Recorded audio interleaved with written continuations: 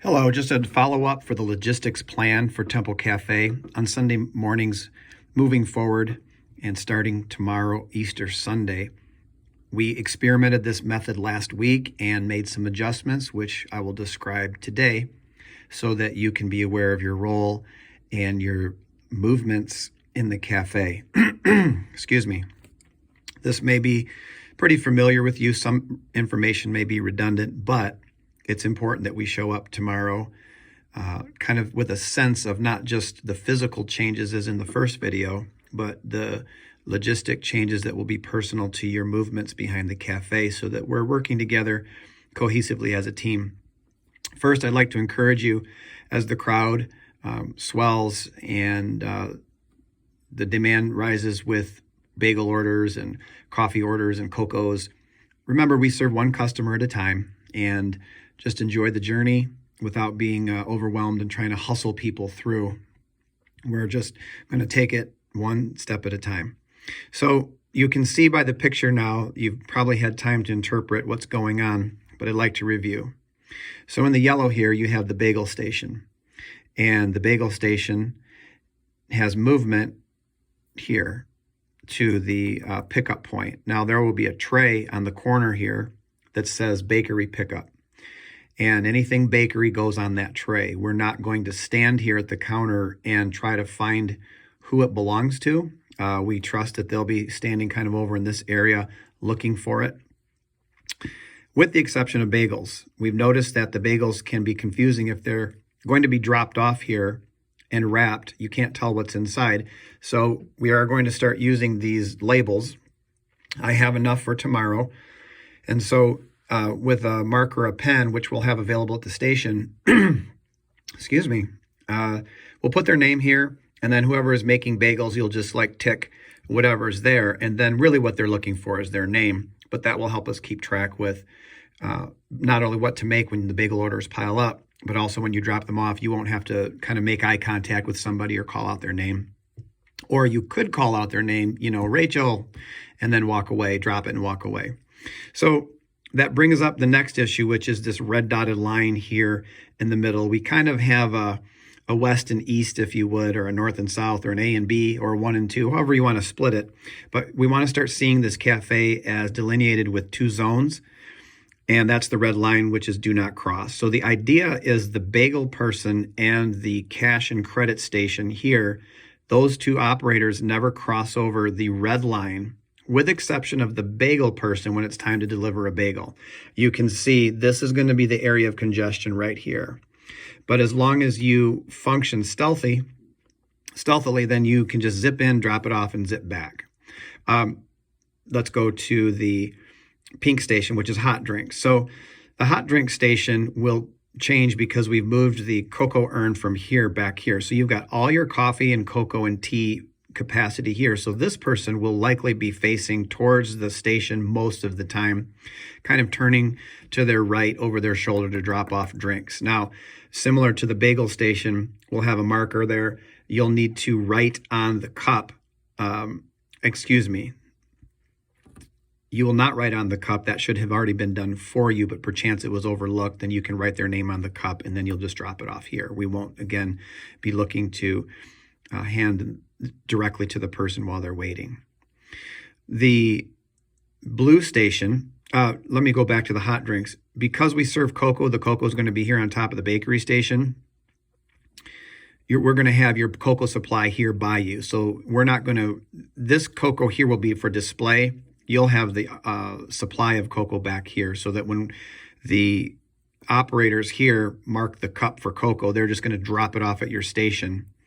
So in a sense, I guess cash 1 and credit here could have to drop off cups to you. We're not going to verbally say what the order is. We should be writing, Joe D means Joe decaf, Joe R, Joe regular.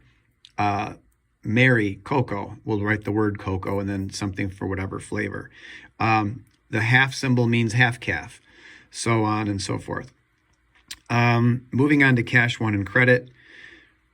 This is the cash credit station, which is really the same station you've been used to. It's just slid a little bit further to the end There will be a coffee urn here.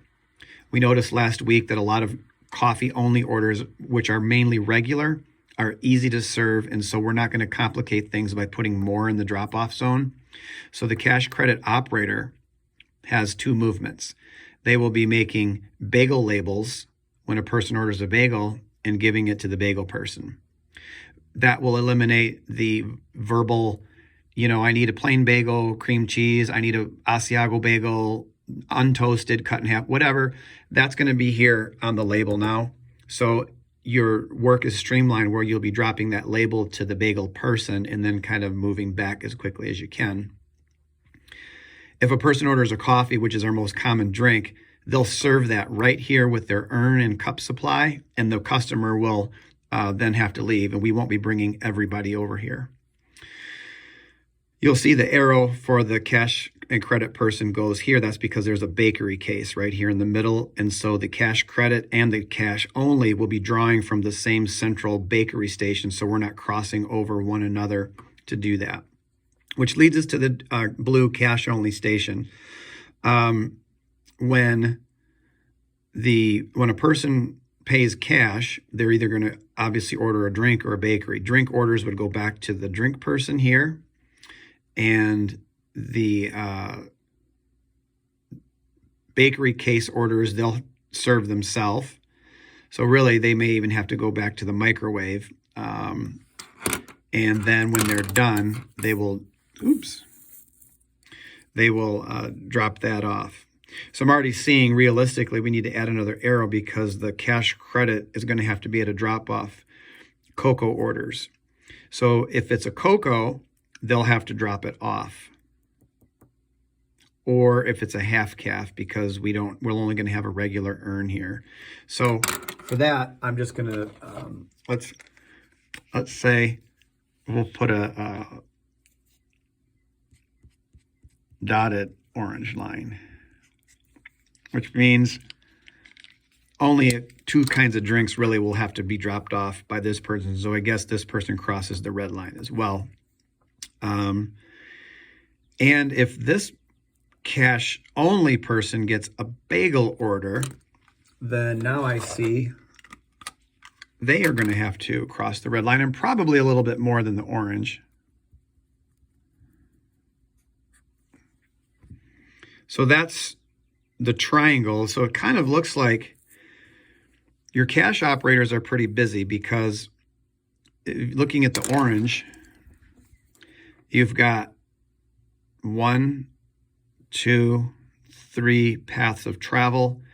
The blue, you have 1, 2, 3 paths of travel. So it's these two cash operators that really have to be in communication, in sense of aware of one another's movements. The bagel person, it really doesn't matter who they're receiving their order from, whether cash credit or cash only. They're staying right here, making bagels pretty much the whole time, and then delivering them there. The hot drink station is facing their station, making drinks the whole time, really just dropping them off right here. So they're not going to have any movement over. So I hope this helps. I'm sure with the talented team we have, you're going to identify some things that I'm not seeing. If that's the case, just roll with what the plan is for now. I'd love to have your feedback as well as Sue, so that we can refine this to be as streamlined as we can. I'm really excited about our team. Keep up the good work, and we'll see you for ministry Sunday morning. Text or call with questions.